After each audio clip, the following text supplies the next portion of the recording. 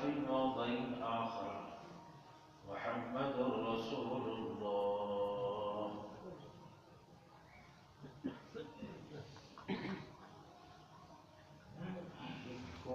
من ادعى الدين بكل محمد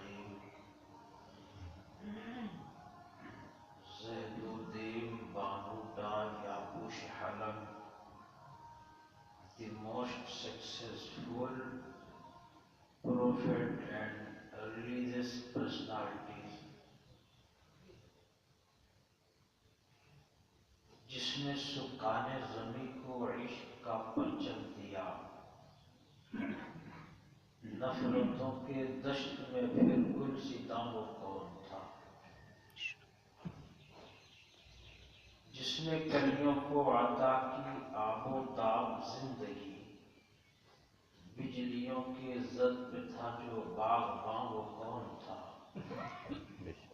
گالیاں سن کر بھی دعائیں جس نے دی، ایسا پھر شیریں سخن شیریں زبان میں کون تھا.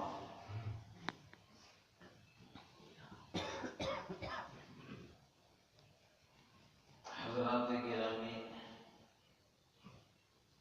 یہ قبولیت کا وقت ہے، اس لیے مناسب سمجھا جائے کہ ہم اور آپ مل کر کائنات کی اس عظیم اور مقدس ہستی کے دیار مقدس میں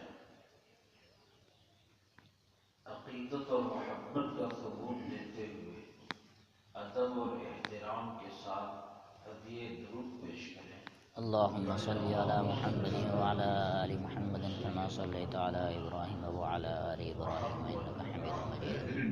اللهم بارك على محمد وعلى آل محمد كما باركت على إبراهيم وعلى آل إبراهيم إنك حميد مجيد. کس نے ذروں کو اٹھایا اور صحرا کر دیا، کس نے قطروں کو ملایا اور دریا کر دیا، کس نے ذروں کو اٹھایا اور صحرا کر دیا، کس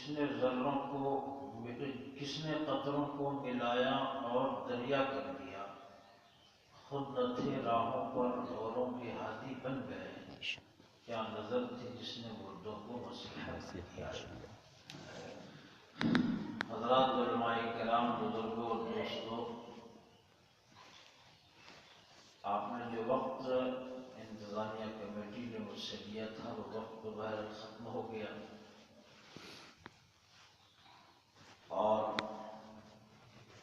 علماء کرام کے علم میں یہ بات ہے کہ مقام اور حیت بدلنے سے مسئلہ بدل جاتا ہے.